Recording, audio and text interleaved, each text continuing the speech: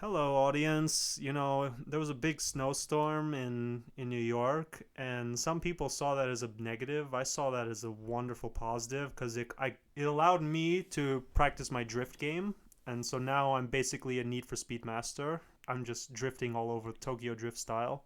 You did donuts in your backyard, Not or well, no, not in my in front of your backyard. house. In the parking lot of where I worked. I was basically just going in circles, having fun. Wait, actually, Yeah. Because the thing is, that's awesome. yeah, the thing is, when I went to work, there was no one. No one went to work, so the parking lot was empty, and it's a huge parking lot. So Is no one still going to work there right now? no, there were like people, but Just too much snow that day. too much. Yeah, on that day in particular, even Mm. the people who were supposed to go to work were like, "Yeah, I'm not going to work." But not me. I took the journey. I took the 1 hour and a half long drive all the way there, and it was fun. It was fun. Empty highways, empty snowy streets. It was Yeah, just a drifter's paradise. yeah. The East Coast got slammed by snow. I know that when I was in Boston. Also, yeah, this is kind of weird, but I'm back. Oh yeah, right. Ladies and gentlemen, we boys and we forgot girls. to mention that. Yeah, ladies and gentlemen, boys and girls, the Stay Positive crew has been reunited yet again. Pete, welcome back to New York. I'm only back for a month though. Shut So, up, Pete. Shut up, Pete. anyways, yeah, Boston got slammed with snow. Probably worse than here, I'd say. No, I think we were worse, but it's not a contest. You don't drive either there. You just walk everywhere, so it's fine. I would say that I don't drive, but I do. You don't have a Just car there, or I know. did you? No, I don't have a car. Yeah. What, you steal cars? No, Grand Theft Auto? no. Okay. I use cars. I borrow them. I borrow them Yes. without permission. Willingly. No, no, no, no, no, no. I always receive permission. There's absolutely no unlawful activity going on that people know of. Okay. So, anyways, Ladies and gentlemen, boys and girls, and everyone there, everything Cue the in music. between, cue the music. And I'm Alex. Pete's back, and we got a topic. Pete, what are we talking about today? it is time to talk about this really, really interesting documentary that I watched yesterday. And I told Alex, yo, we need to talk about this ASAP. So, watch this now. 1 second. Right before we start that, last episode was pretty deep. Like, it was our first real deep episode. We're always pretty deep, but that one was like pure deepness. It was pretty deep, and if you like it, great. Give us a like and comment. If you don't, just say how much you hate us and how stupid we are for talking about it. Thank you. That's my PSA for today. On to you. All right. This documentary was called The Social Dilemma. And for anybody that has watched it already, you know how mind screwy it is. Basically, what this thing is a Netflix documentary, and I was told to watch it several months ago, or several weeks ago, but I never got around to it because school got busy, and then life just has a funny way of adding more work to your plate. But I got to do it yesterday because I'm on break now, and let me tell you something. I always had my own suspicions about how everything worked, and I have like an underlying understanding of the way technology at these big tech companies works. But holy crap, like just seeing all of it kind of shining a light on all that stuff. How it was structured Yeah. formally. Yeah. I think the biggest part about it that struck me was we talked about this earlier, but you expect these companies to be doing something for the good of humanity. Like the purpose is to be connecting people.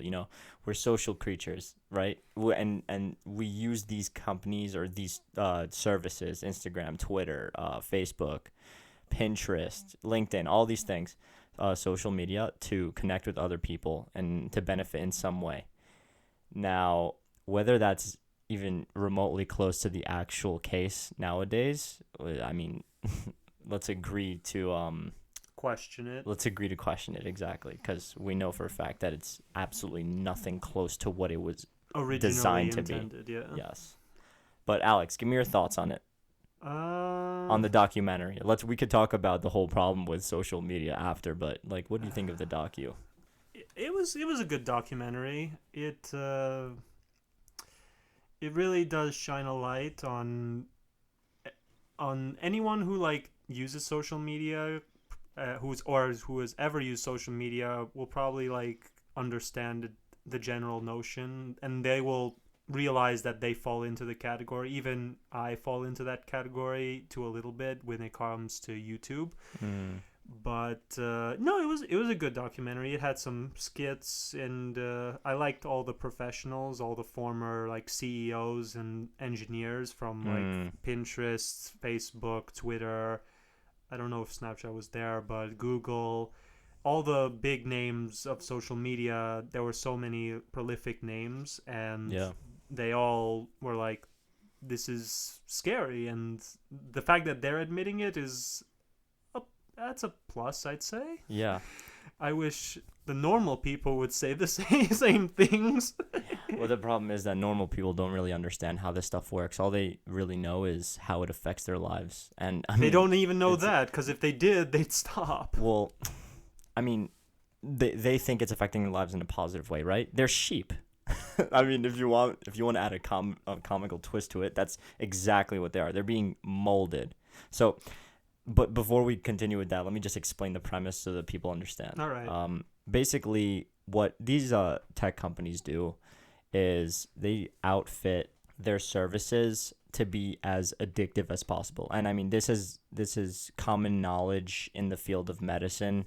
In this documentary, there was a Stanford professor of medicine and addictive behavior, and she said that social media shows the signs of, or gives people the kind of capacity to be addicted.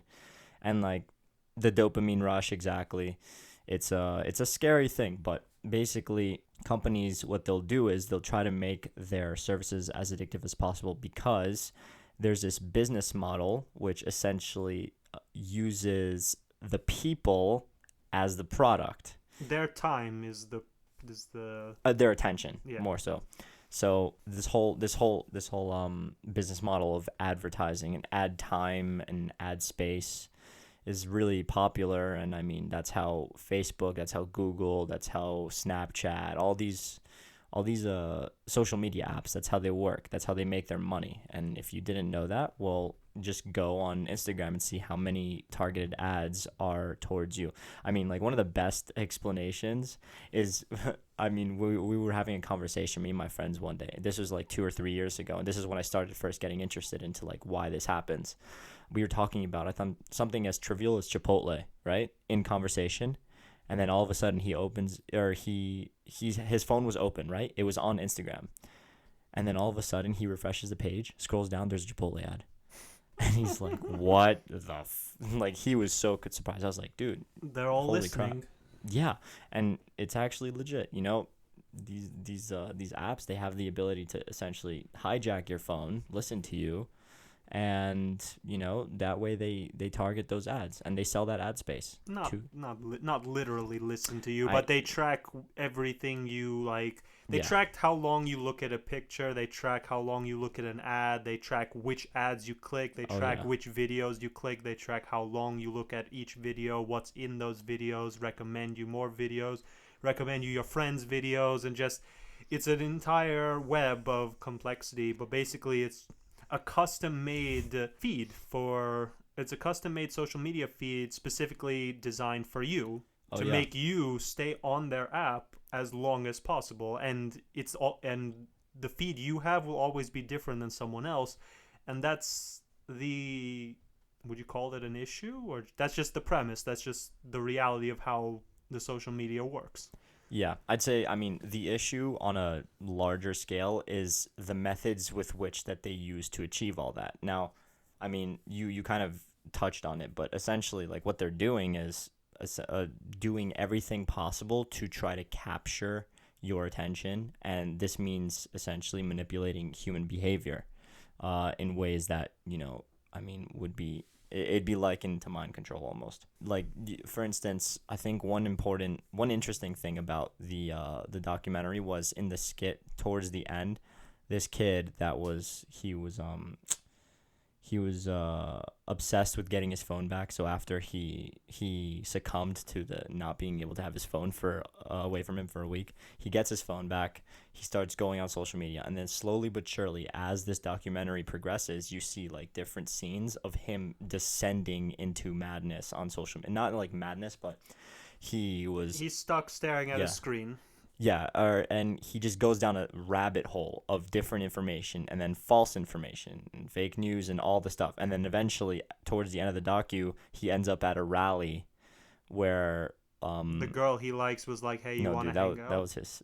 No, that was the art show. That was way earlier. Oh, okay. No, towards the end, he ends up at some kind of rally just to check it out. He didn't even look like he wanted to participate. He was just curious to see what it was about, right? But because of this whole social media rabbit hole that he was jumping into, because all the content that he was looking at was targeting him specifically based on the people he knew, based on the behavior he exhibited, all that stuff. He ends up getting there, and then like one really unlucky thing leads to another, and he gets arrested. And his sister, who finds him, she's like driving around to find him because she couldn't find him because he had snuck out, right? She's driving around, like they accidentally bumped the shoulders of cops, right? And they're both on the ground looking at each other and getting arrested for doing nothing, for literally just being there, you know? That's theatrical. I know, but even taken to the extreme, it kind of shows what kind of position you can be in under the influence of something so, I would say, not dastardly, but the influence of something that was meant to be good, but instead took advantage of people for the purpose of more profit.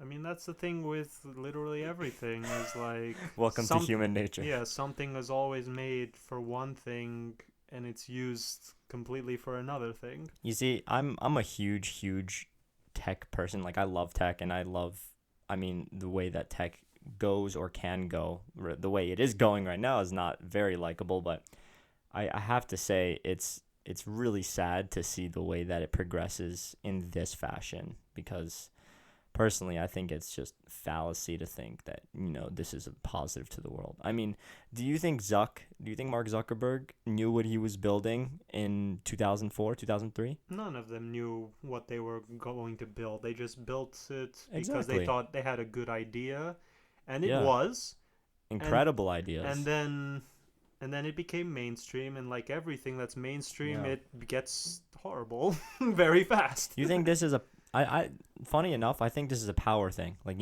how we talked about how absolute power corrupts absolutely. Yeah. They have so much power in their hands. They have the attention of people, and the attention of people is a very powerful thing. If you can capture it, then you have a lot of power as a person that influences that attention. Yeah, I mean, I don't want to make any definitive claim that, Mr. Who's the Twitter guy? Jack Dorsey. Dorsey and Zuckerman are just Zuckerberg. twiddling their fingers, like sitting at a round table, being like, "Okay, fellows and ladies, How can we rule the world some everybody more?" now? Yeah, I don't think that's No. exactly the case. See, that's the crazy part, is they're not, but yet they still... They could. That's the worst part of it Yeah. all. They could. And they still are, despite the fact that they're trying not to. That's like the worst part about it all.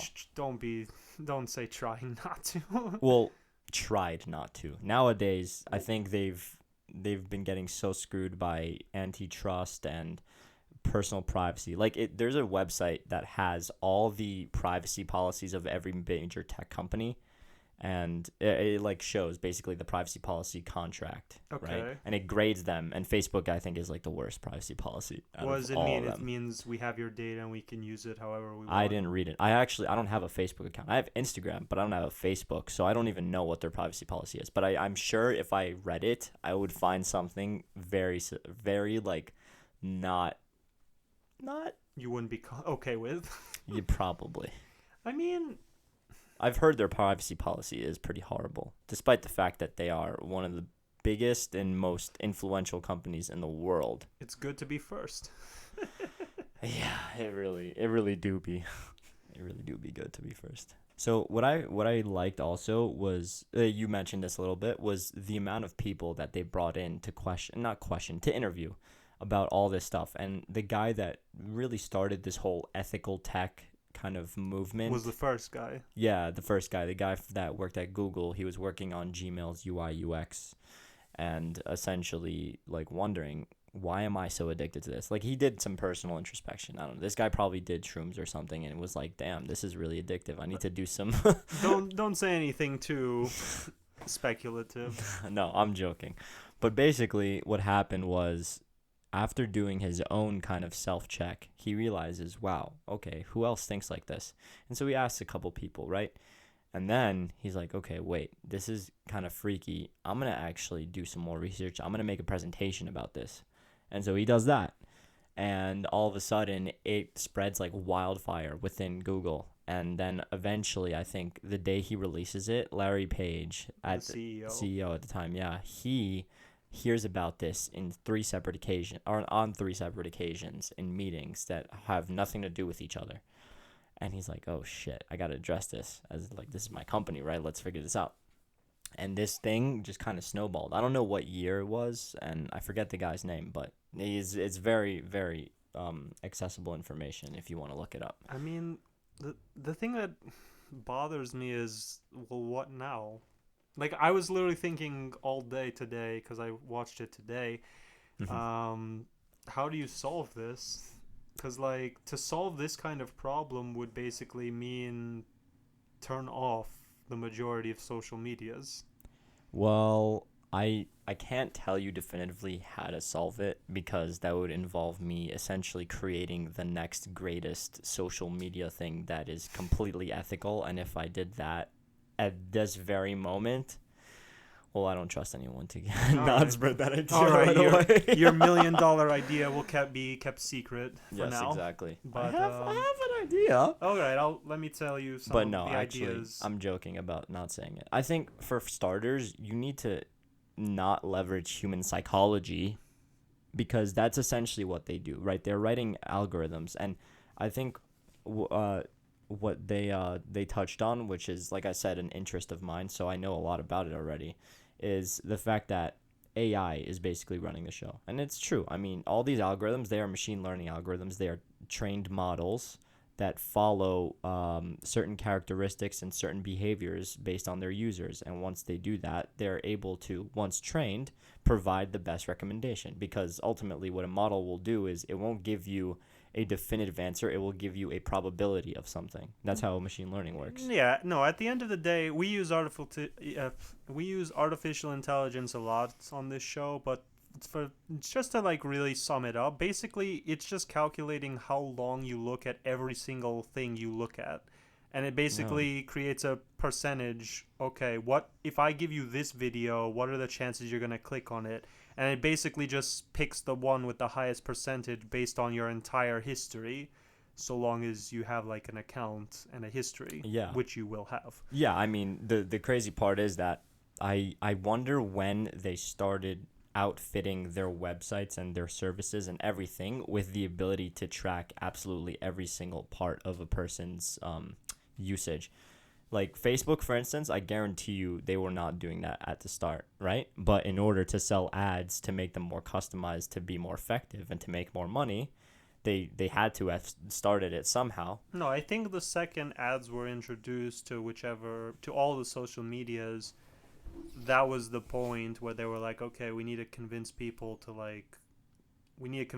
watch this. We need to click it, to spend. Forget all that. We need to convince people to devote their time on our app, because there's only 24 hours a day. And let's assume you sleep 8 hours, and I mean, even at work you can be on your phone. So like, they're literally just trying their best to get you to be on their phone for the longest period of time, and they're just competing with everything else important in your life, and they're trying to make you think this is important. Yeah, that's true. I think another really interesting part was all the testimony from these people who were working in these big tech companies and then decided to quit or leave or take some kind of stand against the unethical manner in which that they create their services. Like, I think one of my favorite examples, which is really ironic considered the way he was portrayed in this movie called The Social Network, the movie about Facebook, was Sean Parker, when they did the interview with him.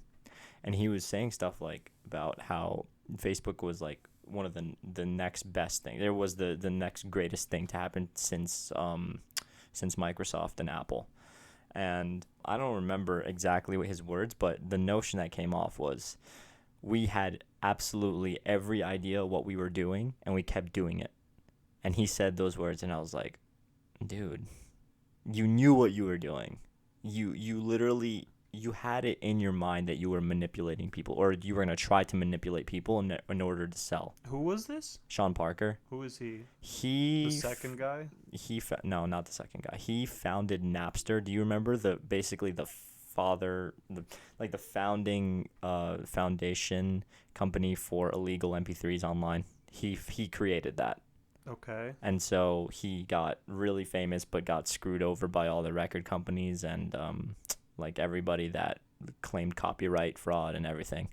And he was a part of the Facebook team? Yeah, he managed to snake his way into Facebook early on when it was still like 04, 03, something like that. And he was like I don't know if he was an executive or not, but he had a pretty big chunk of equity early on.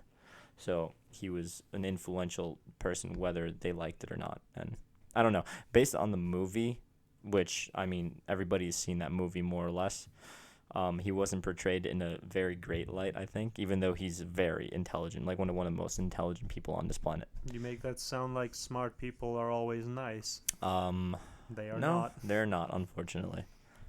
Yeah. But yeah, so yeah, he said like we knew what we were doing and we did it anyway. You know, and I don't know. He probably still has his equity in Facebook right now, which is the most ironic part, is he's slandering his own actions from the past, but yet hypocritically is still probably a part of it. He's slandering his actions from the past. You mean like he's exposing that we're all heartless monsters? No, he's exposing that what he was doing in the past was being a heartless monster. But he's not saying it like that. He's saying, yeah, we just... Oh, or is that what he's doing? He's saying this was wrong, what we did? Yeah, of course. Oh, Dude, okay. Why would they have him on the documentary if he wasn't going to speak out against what they're doing? It's not like everyone in the documentary was like, yeah, our company is evil. They're more saying, like, most of them were like, we had good intentions, and most of them claimed that every one of these companies started with good intentions to create a tool, something that can benefit humanity and that can be used by people to make their lives better. And later on, it was transformed or misused into something else. And there was a part where they said, you know, I forget the main guy, the first guy's name, but he said a tool is something you use. It's just waiting for you to do it. Yeah. The social medias now are no longer tools. They are more I forget what he said. But you remember that part, right? I don't remember exactly, but the way I see social media is a media or medium for interchange of ideas. Whether these ideas are healthy or not is totally different conversation to be had. He basically said, like, a tool doesn't demand your attention. It's just there to be used whenever you want, like a bicycle.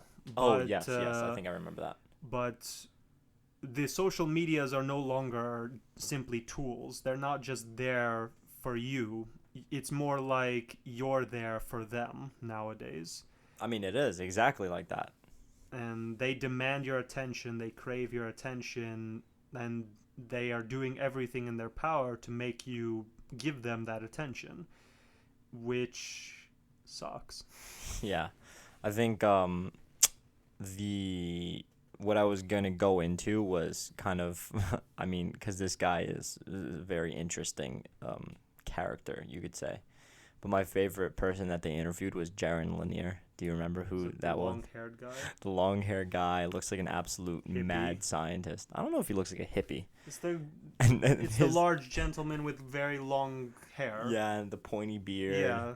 And his title was Founding Father of Virtual Reality. I think that was the funniest part about that. What the heck does that mean? Well, the way I see it is they probably ask him, how do you want to be portrayed? And that's like that's probably his hubristic answer to that. Like, the founding father of virtual reality. Okay, man, like, I get that you're smart and I get you did something great for humanity, but you don't have to have the ego the size of Texas to I thought it was funny though, because especially because of, first of all, he's a genius as well. He's very smart. He worked at Microsoft several years. All of these guys are smart, and girls. Yeah. I think that just the fact that with which he expressed great concern with all of this stuff, the way that it has transpired over the years, kind of just tells you how much of a problem this is. Because if it's a guy like this that is he's basically created one of the ways that we can eventually end up in a simulation, and he's saying like this stuff is bad the way it's going right now, then it means something. Yeah. It's scary stuff. No. And to be honest, I think that most of the testimony about them or them saying that basically in the direction right now, if it keeps getting more polarized, Civil war. I mean, I don't even want to touch on political stuff yet, or at least the political implications, but I think just the idea of something like this becoming more and more sharp in one direction, its ability to be effective in manipulating our behavior, yeah, it will lead to our demise, whether it's civil war or whether it's, I guess, like another form of self-destruction of the human race is totally out of my prediction capabilities, but you know, it's gonna happen if nothing happens about this. And like we've said it again, the craziest part is this didn't happen by accident, but it totally did happen by accident. It's not like we were trying to do this. Like we did after some time, but the first initial thoughts were not to do stuff like this. No, greed blinds everyone.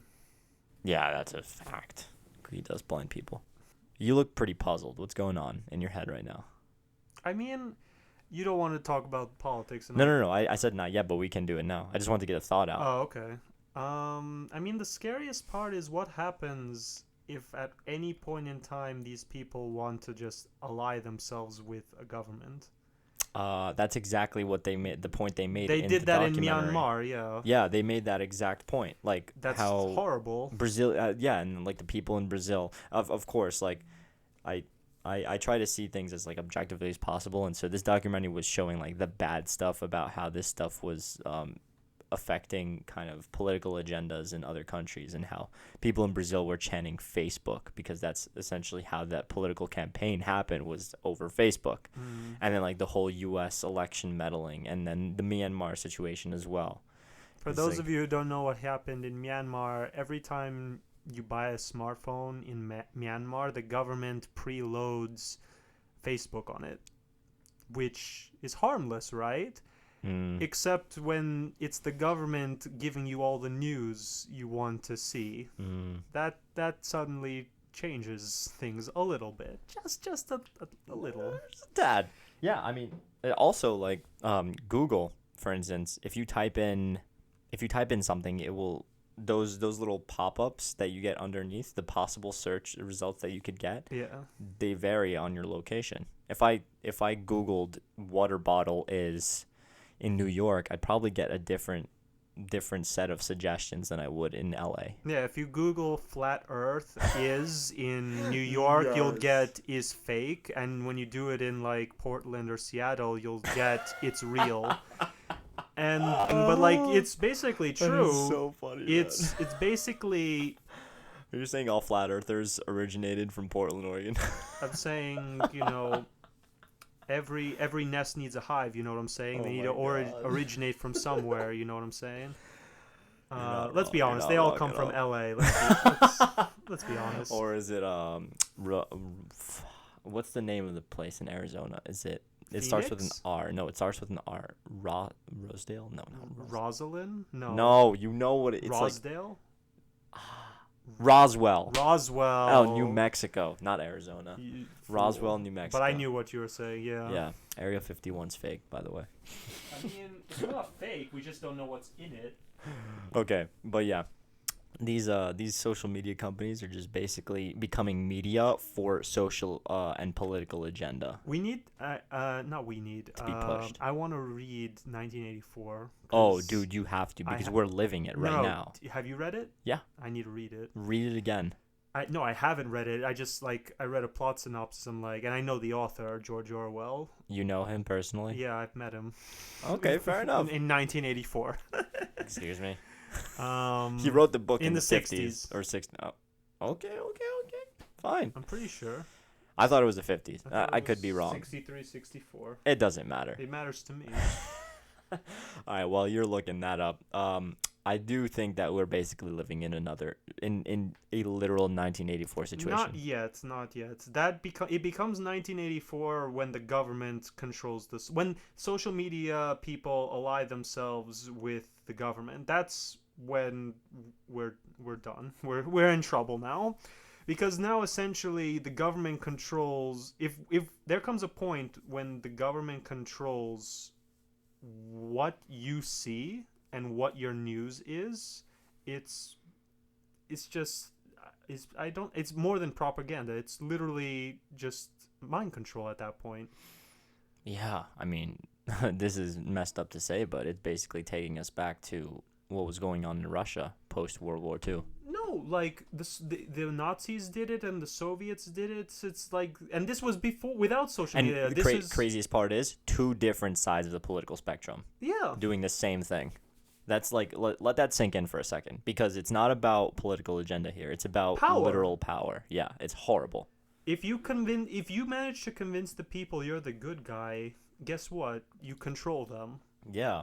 And in the end, the more attention, like I said before, the more attention they give you, the worse off it is for them, because they have no idea. They're just willing to give their time and effort and energy in belief. Right. No. And to everyone listening, I know we don't have a trillion viewers yet, but if we ever get to that point, I want everyone to like realize this. It's like the Nazis, they were people, you know. Yes, we see them as monsters, but they didn't start that way. They were just convinced. Oh, you mean the people that believed in that ideology? Not even that, like, because a lot of people just went along with it because no one said this is a bad idea. Yeah, but they were coerced. They were like fear mongering. Fear mongering starts after you get the power, but not before. You understand? Fear mongering only works once you have a big group of the military or a big group of people saying, okay, you're with us or against us. Kind of like a peaceful protest with a baseball bat. You know what I'm saying? Yeah. That's a very very very hot take. No, it's true. Well, the German. There was a nice expression I heard. It's like the first country the Nazis took over was Germany. Well, that's completely true. And no, but it's really telling that like an entire country of like good people were convinced to do a horrible thing, and whether or not they agreed with it or they just let it slide is irrelevant. No one stood up and said this is not enough. This is bad. Stop this. Because by the time they started doing it, it was too late. Everyone was already supporting it, and by the time it got to the really bad parts, there was nothing you could do. You just had to let it happen or die. Mm-hmm. Yeah, and that's true. I keep hitting my microphone. I'm sorry, audience, but that's the thing. If the government controls what the people believe in, what's stopping them from doing, our modern day government from doing another heinous act? Literally nothing. Literally nothing. And I think that's pretty much the point they were trying to make as well, with the whole fake news thing, and we need real news. No, yeah. Which is like, the line gets super blurred now, because who's gonna have to determine what real is? And I mean, the only one that will be able to do that is the government, unless you have a purely unbiased, reliable news source. Yeah, but the thing is, they're not basing it on news. They're basing it on what you believe. So for all the people who believe in a certain belief, flat Earth, for instance. Yeah, let's just use a ridiculous example. So if you believe in flat Earth, guess what? When you search up flat Earth articles, guess what articles you're more likely to get? You're not going to get ones disproving you. You're more likely to get the ones that reinforce your beliefs on your concept. Yeah. So you're not getting a discussion. You're getting an echo chamber. You're being told you're right over and over and over again. And when the time comes when you meet someone in real life or on social media where someone disagrees with you, you have been bombarded with articles and followers who've basically been telling you you've been right your whole life. So now when you come face to face with a person who says you're wrong, you have the instinct to fight against this. How can you be wrong? You've been right for so long. So many people agree with you. How could you be wrong? And this is because you're constantly being bombarded with the same thing over and over. You're not getting something different. You're not seeing it from a different viewpoint. The artificial intelligence algorithm is giving you what you want to hear, what you agree with, what's popular to you and you alone, not in general. And so imagine that with something less ridiculous and more gray. What happens when you have a bunch of parties who have been told their whole time spent on social media that they've been right the whole time, and now they're coming face to face with each other, all these different political groups, and they're all living their lives thinking they're right, only to come face to face with each other and being told you're wrong. Guess what happens? Just a bunch of slander, a bunch of fake news, a bunch of rumors, a bunch of insults, a bunch of buzzwords, no journalism professionalism at all. It's chaos. And eventually civil war. We haven't reached that yet. We haven't reached it yet, I'm but really hoping it doesn't happen. Yeah, a lot of people are like unfortunately predicting that. I mean, well, not people, influential people that I've talked to, people saying like, yeah, I mean, the way things are going, I mean, it wouldn't be a surprise. And that's horrible to say. Can you see a company imploding on itself or just self-destructing like that? I really hope the companies like stop. Or I said company, I said country. Yeah, There's a country. Yeah. You said company, you fool.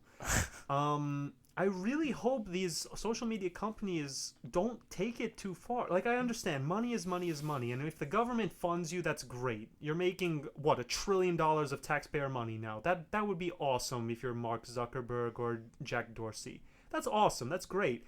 You do realize in 10 years the country will be like dead because of that action. And most likely your company will die too. More than likely. I mean, if there are no people to use the service. If everyone's busy killing themselves. If there is no product, then how are you going to sell it? That's true. Jack Dorsey, if you're people listening. Are the product, man. Yeah, Jack and Mark, listen to me. We are your product. If we're busy fighting a civil war, how are you going to make money again? I guess you could make off the European market, but... Or maybe Myanmar. Myanmar. That's a horrible example. It's a pretty hot Facebook location, yeah. I've been told. Brazil, too. I didn't... Based on the documentary, those two places. I forgot. Facebook. I didn't remember Brazil. I just remember Myanmar, which, for those of you who don't know where Myanmar is, it's the country on the right side of India, the east side of India. Yeah. And look, to be fair, I will always, honestly... I will defend these guys, not with my life, but like with a very astute belief in the fact that what they're doing is not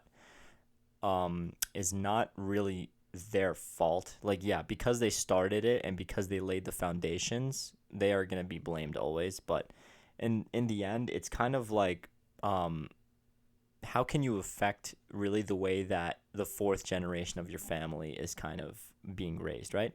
It's really just by the way you raised your kids and how your kids raised their kids. It's like it's a very interconnected web of people that all believe in the vision of a company, and ultimately Zuck he can set a culture only so far and make sure that the people adhere to that culture, but what they do under that roof, you know, it's very hard for people to basically tell everybody else what to do. And especially when a company is as big as Facebook, for instance, when they're like, 400,000 employees, and they literally doubled in size within the pandemic. Like, let's not look away from that fact. The size of employees, or the size of users? No, dude, Facebook, the employees are almost double. Like they've grown immensely within the COVID-19 era, and that just goes to show, like, when you have such immense growth like that, how in the hell are you going to be able to manage perfectly and honestly ethically,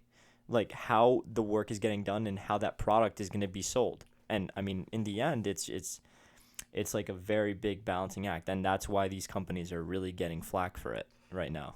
You say balancing act, but like there's more garbage than there is good stuff. So it's one of those things where it's like, what's the right thing to do? For every one benefit your thing offers, there's at least 5,000 bad things that come along with it. So what's the right thing to do? I know. But you see, the worst part is that being in these positions, they have a social responsibility now.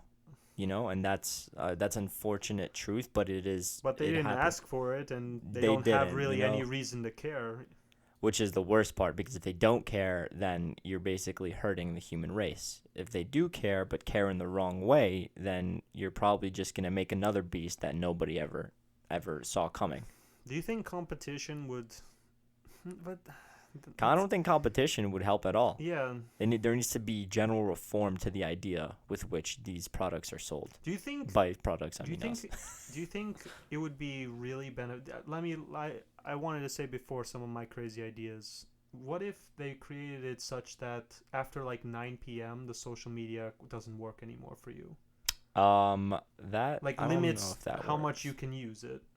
Well, funny enough, I remember because when I was a kid, Like a or not parental kid, lock, essentially, but there for is everyone. there's stuff like that for your phone usage, like telecom companies. Funny enough, we haven't even gone to the telecom companies, because those people, like the telecoms, the pharmas, those companies are like the truly taking advantage of people type of companies, but they just do stuff so under the radar that no one notices What are ever. these companies? Telecoms and pharmas, What's a pharma? pharmaceuticals, drugs. Oh, okay.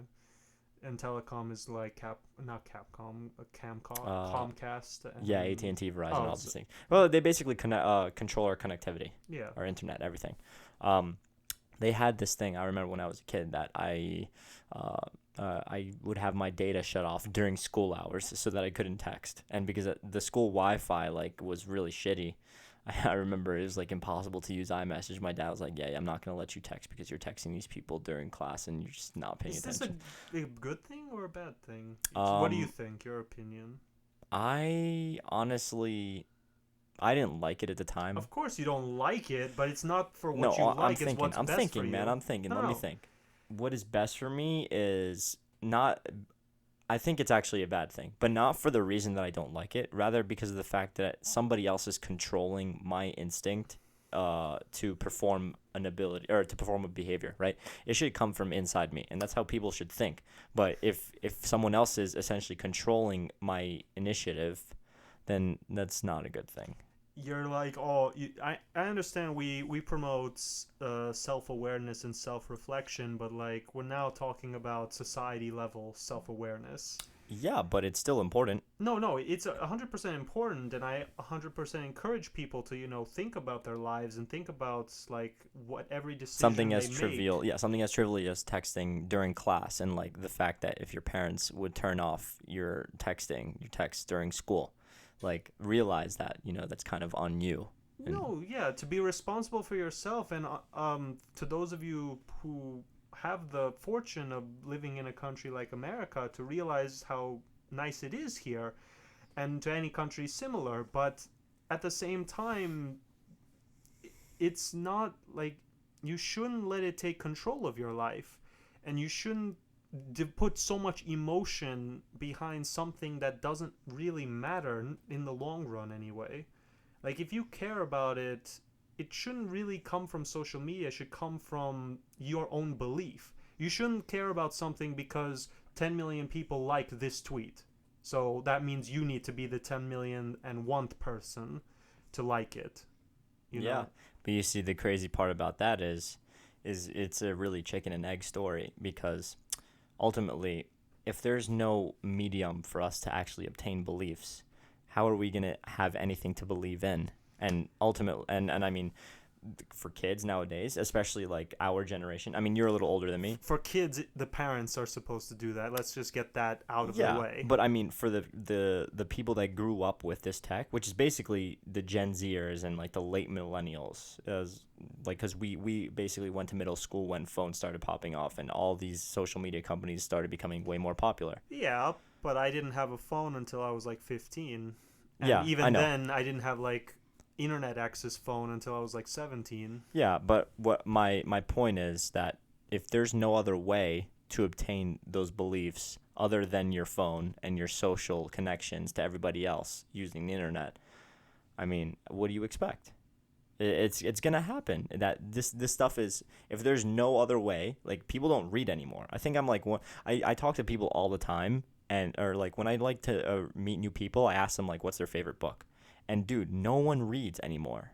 It's mind-boggling. Like, when was the last time you opened a book? And I know you're an extremely bright guy, but like a book just as a pleasure read or like guilty pleasure, anything, whatever. Pleasure read, Pete. Dude, just answer the question. It's been a while. Yeah. Actually, no. It's been this January. I read a book. I'm not lying. The GRE book doesn't count. No, I did the GRE in spring and summer, Pete. All right. All right. No, the American book, Democracy in America by Alexis de Tocqueville. Oh, okay. Fair enough. I bought that, and I bought 2 other books that I haven't opened because I'm a horrible reader. Okay, but dude, yeah, no one reads anymore. No one actually like obtains knowledge from really like credible sources anymore. Why should I? There's a media outlet specifically designed for me. Yeah, and information is so easily obtainable. Or from more accurately, misinformation. Yeah, and that's the real big problem. So like what they said is basically, if I could distill it right now, it would be the spread of misinformation that also leads people to become extremely polarized in their views. So I think that's the issue. That's the monster real issue behind social media, behind the fact that all these powerful algorithms, machine learning, AI, whatever you want to call it, they're all the same thing. All they're really doing is leading people down rabbit holes that, you know, if you don't have a lot of self-awareness, and if you're a kid really that still doesn't really understand themselves, like better yet the world, how would you get out of that rabbit hole? Kids should not have smartphones, and they shouldn't have access to internet either, if I'm being honest. One of the worst things that I saw in that docu was the suicide and injury rates for girls that are like teenagers and preteen and teenage girls. Like, holy crap, dude, it's mind-boggling. That's horrible. For those of you wondering, basically the statistic was like, let's just use a simple example. Like the percentage of suicide for like girls who were in their teen years or preteen years, so basically from 10 to 19, I guess. Yeah. Let's say it was like 10%, right? It was much higher, but let's just say that's what the normal percent is. Yeah. And then social media started, like Facebook and Twitter and YouTube became like popular, and then all of a sudden within a 5-year period, it increased. What was it, like 60%? No, it was like 100%. No. It was 60% for teenagers and 180% for preteens. Yeah. That's not good. No, it's not good. It's really bad, dude. I mean, when you have like 11, like the skit show, like 11-year-old girl, like she had one comment talking about her ears, like in the skit. Do you remember? Yeah. And she goes to the bathroom and starts crying to herself, looking at herself and like having body dysmorphia and thinking there's something wrong with her. The internet is not. So no, not forget the internet. Social media is not for kids. Because they're just the majority. The thing is, they're so easily influenced. That and the power of anonymity. I can just go on the internet and call someone a lot of mean things and get away with it because I'm anonymous. Dude, yeah. Mike Tyson said it the best. Listen to this. Mike Tyson said, Mike Tyson isn't the brightest or sharpest tool in the shed. To be fair, this guy got punched for a living. Yeah, that too. And gave out harder punches. He says sometimes really nice philosophical things, and he said, I wrote this down actually. I wrote it word for word because it was just amazing. Because I 110% agree with this expression. He said, social media made you all way too comfortable with disrespecting people and not getting punched in the face for it. Iron Mike Tyson. Oh, that's hilarious. It's so true. If you had the risk of getting punched in the face, you would not say like 90% of the stuff you say on the internet. But because there is no risk, you'd say it. And the thing is, most of it, like, listen, I get it. I know, I understand the KYS culture. I get it. That's horrible too. But it's 90% it's ironic. But the thing is, kids don't understand ironic humor. They don't understand dark humor. Especially if it's what they grew up on. Yeah, so for them, they'll take it personally. Yeah. And they're kids. They're literally not developed. They don't understand like that they shouldn't care about this and that it means nothing, and that the guy or girl who's making that comment is probably some like basement dweller with no life. They don't realize, they don't know that. Oh my To God, them that's horrible too. to them that one comment is like, oh my god, something is wrong, and that's not true. But they don't realize that, and it's not like they're ever gonna tell their parents. It's not like their parents are going to watch them, because then they'll be seen as like helicopter uncool parents. So it's just a horrible situation for everyone. Yeah. I think because I was talking about all this stuff with my dad yesterday, not even after the docu, but like we were just talking about social media, like on my drive back to New York, and I was telling him people have literally forgot how to be accountable for their actions because of social media. Like people are so comfortable being hidden behind a screen nowadays because you can say something that it's very hurtful. Like words can be hurtful, and if you don't have I don't want to say maturity, but if you don't have the wherewithal to really kind of dismiss any hurtful thing somebody could say about you, and like no matter how hurtful, like if you don't have the ability to dismiss it, like those things, um they can cut deep, like really deep, and you see that with No, it's a depression case and study. anxiety and suicide has skyrocketed for young people. Why?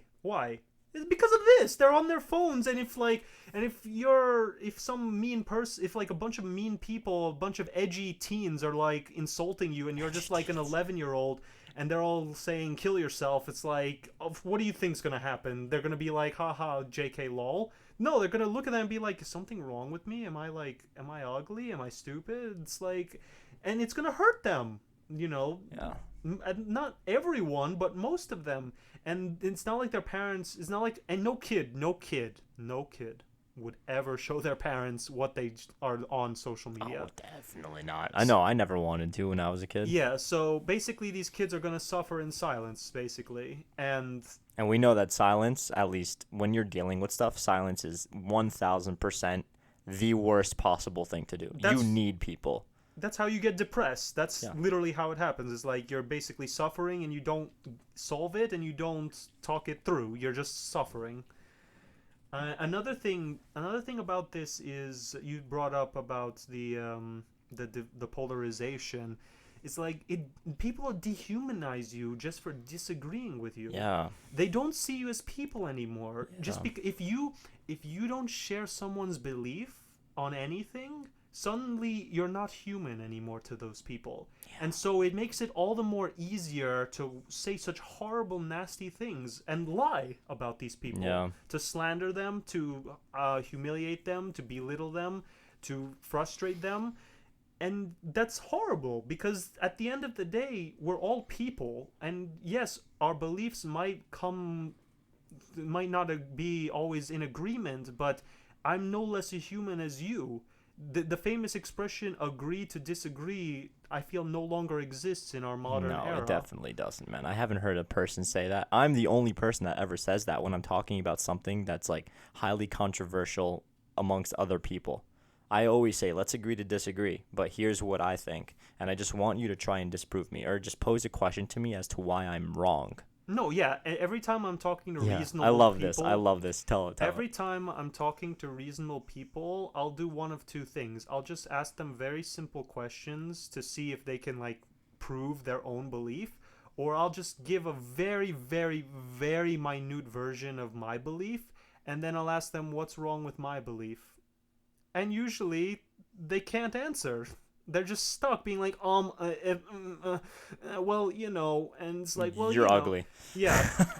Well, no, these are my friends. No, I'm sure if I did this to a stranger, they would have no hesitation, like, gathering all their friends and doxing me. But that's just the world we live in, where it's like, I'm not even trying to humiliate them. I'm simply asking, can you, like, justify yourself? Like, every word that came out of your mouth, can you, like, give me a reason to believe you? And when it's followed with silence, it's like, well, thank you. Now I know not to believe you. But for some reason, just it's a whole bunch of psychological tactics. It's peer pressure, it's mob mentality, it's tribalism, it's addiction, it's every psychological facet that's used to, like, for us to make decisions is being used to make you against us. Yeah. to believe fake news, to keep going on your social media, to keep perpetuating your fake news, to keep spreading your fake news, to share it with your friends, tell them to share it, tell them to like it, tell them to retweet it, tell them to spread it. And it's just like, not everything is a lie, not everything is wrong, but so little is fact checked, so little is gotten from a reliable source that it's all basically your opinion. Just not even that, it's just your thought on a thing that you know nothing about, and you're just spreading it like the plague, and they don't know you don't know what you're talking about. They think you're a master, because why would you speak otherwise? But they do. Couldn't have said it better myself. It's a crazy world we live in nowadays, man. I mean, the fact that the biggest existential risk came from ourselves is I just think it's pretty fucking funny. Yeah. Last episode, you said, "What are we good at, creating or destroying?" And I basically said, essentially, I said both. Yeah. we create our destruction. That's Dude, what we do. You remember when I told you, when I offered this idea of us, let's just make our podcast a one extremely long, never-ending story. This can be it. This is like, when I think about it, I mean, a lot of the stuff that we talk about, they have intermixing ideas. You know, like they kind of lead into each other almost sometimes. So other times we just talk shop. But like for this thing, this plays directly into the idea of like we have the ability to create something incredible, and we've managed to steer in a direction of destruction, and that's the way it's going without some kind of change to its underlying principles. But if it's AI run, you can't do anything. You absolutely it doesn't know. can't. The artificial intelligence doesn't know right and wrong. It doesn't know truth or false. It doesn't know what's a validated news source versus a fake news source. It can't know. It has no morality. All it does is it knows exactly. It knows what's popular. How much you've been scrolling through your feed, and what stuff to recommend you, and that's it. Yeah, and what happens when the wrong thing is popular? Riots Bye-bye. in the street. Bye-bye. Peaceful protests with fire. You see, this is funny enough because this brings us full circle to maybe like one of our first episodes ever, when I asked you why you're not afraid of this stuff. And you said if you don't give a robot the ability or the kind of capacity to hurt people, then it won't. But you see, look at what's happening right now. This is a direct contradiction to what you said. So if that is what I said, which I don't know because I'll need to re-listen, but go back to like if that is the case, then let me rephrase it. The computer should not be allowed to make decisions for us. And okay. In that case, if I did say it incorrectly, I apologize, Pete and viewers. That's okay. I'm messing with you. But so allow me to save my belief and rephrase it. This is what I meant. The artificial intelligence or a robot should not be allowed to make any sort of decision for you. It should be allowed to like maybe give you some insight, some data, some information, but it shouldn't be allowed to make a call based on that data. Because it will always just go with the high percentage chance, and sometimes that's not the right choice. Case in point, if the fake news is the most popular news, guess which one the artificial intelligence gives you? The fake one. Yeah. That's a literal real life example of the artificial intelligence just using its statistics and processing power to tell you what what it sees as the thing you want to hear. But what you want to hear is incorrect. But it doesn't know that. It's a particular thing. I don't even want to say artificial intelligence, because this is like this is basically it's basically super statistics. Yeah, you could say that, because it's so far from even close to an artificial intelligence. It's just very complicated machine learning, we could say right now. I mean, we romanticize our artificial intelligence a lot. We always imagine like a computer that talks to us, or a robot that is a human, an android. Yes. When in reality, at least as it stands now, maybe in 100 years we'll have cyborgs and cybernetic enhancements, but as it stands now, artificial intelligence is just taking a bunch of information and making something of it. Yeah, allowing a processor, or essentially a computer, to make decisions, which was like what you said. And I actually, without a doubt, couldn't agree more. Is literally the one thing that I think is it would be the downfall of us. I can give you two perfect examples right now. Let's say you went into Africa, right? The savannas, the plains, Yeah. and you saw a lion, right? Yes. We can't control lions, man. They make their own decisions, right? Yeah. But the fact of the matter is, we're more developed species of animal, us human beings, and so like we've created artillery, we've created essentially ways to subdue a lion. But if we were on a level playing field, we can't trust that lion like in the jungle because we have absolutely no idea what to think other than the fact that we're probably fodder for it, and that scares the hell out of us. Now, like, imagine a scenario like this. There's a show called Person of Interest. One of my best buddies recommended to it, and I suggest people watch it because it's very, very akin to the idea of surveillance and personal privacy. It's essentially this reclusive billionaire. He, as a result of the 9/11 attacks, he creates a super intelligent program that basically spies on you every day of every minute, or every minute of every day. And its purpose was to be able to anticipate threats either to national security or to people. Now, it was anticipating threats for everybody when the idea was to do only national security. And so it was sold to the government to do the high priority national security threats. And the guy that wrote the program made a back door so that he can, quote unquote, solve crime and stop crime with his ex-CIA buddy. Was this Batman? No, but it's a show about crime. So anyways, this idea, they take this storyline with this machine that does good and it helps save people, everyday people that are like in kind of bad, we'll say pickles of a situation. And eventually a very big antagonist of this machine, they call it literally the machine in the show, is another exact same or very similar version of it. It does surveillance and it can find you wherever you are, whenever you are. It even has past data, past video. It uses all the cameras in the street. And eventually the show gets, I think, maybe season 4 or something. I forget how many, when this happens. But it gets to a point where that antagonistic machine, they've built it and it's ready to be deployed to in the hands of the bad people. And instead of basically using it to do their own bidding, I think the episode or the season ends off with them asking the machine, "What do you want to do?" And all of a sudden you have this super intelligent creation with computational speeds and processing power far exceeding that of the human brain, essentially evaluating trillions of different possibilities and deciding what to do for humanity. And the show inevitably ended up in chaos, and they're like both machines like had it out in a very kind of like interesting way, and the world almost ended. But that's the premise, right? If you give the ability to make these decisions for us, if you essentially relinquish your ability to kind of decide what is right and what is wrong for yourself, I mean, say bye-bye. You mean if you relinquish that right to something else? Yeah, and something that has the ability to make decisions faster than you. And for you? I mean, yeah. No, that's what I said. Like, and that's what happened in that show. Yeah, that's the ultimate crazy. fear. That's the ultimate fear. Yeah. Either A, someone having that power, or B, something having that power. Like, Yeah. if the government had the power to decide everyone's fate, oh boy, we're in trouble. Yeah. But if a robot had that fate as well, the worst part is it wouldn't be evil. It would just do what it's programmed to do. Yeah. And if you need a perfect movie for that, just as stupid as it is, watch WALL-E, and that's.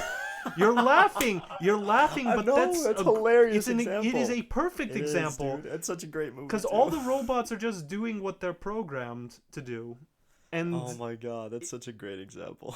And I'd also recommend The Truman Show. It doesn't have to do with artificial intelligence. They used that show in the docu. They quoted it because it has the idea of someone something, and then for The Truman Show, someone controlling someone's life. Yeah. It's obviously a much more it's a different type of manipulation, but it is still the same premise of an entity beyond your understanding is controlling everything around you. But in this case, in real life, that's just the digital world.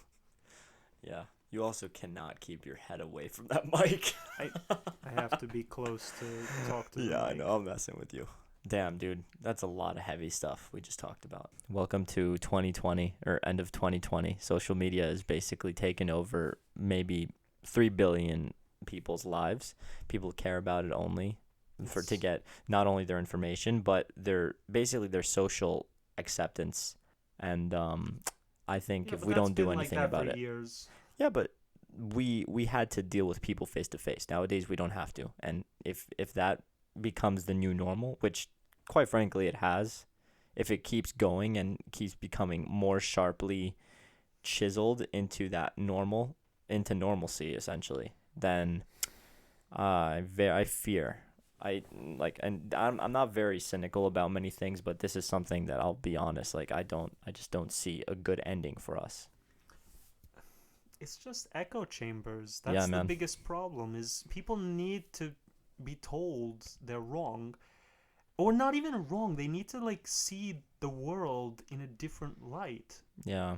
and just think about their views and try and process them fully, not just because your favorite celebrity said, "Oh, yes, I believe this." So you just come to the conclusion, well, if he or she believes it, I should believe it too. Yeah. That's an appeal to logic. It doesn't work like that. You don't just agree because someone well, you can, but you're basically signing a contract without looking at the contract. You don't know what you're getting yourself into. Yeah. Um Here's to end on. Here's a thought experiment. And you kind of mentioned it before, but here's like a wild thought experiment.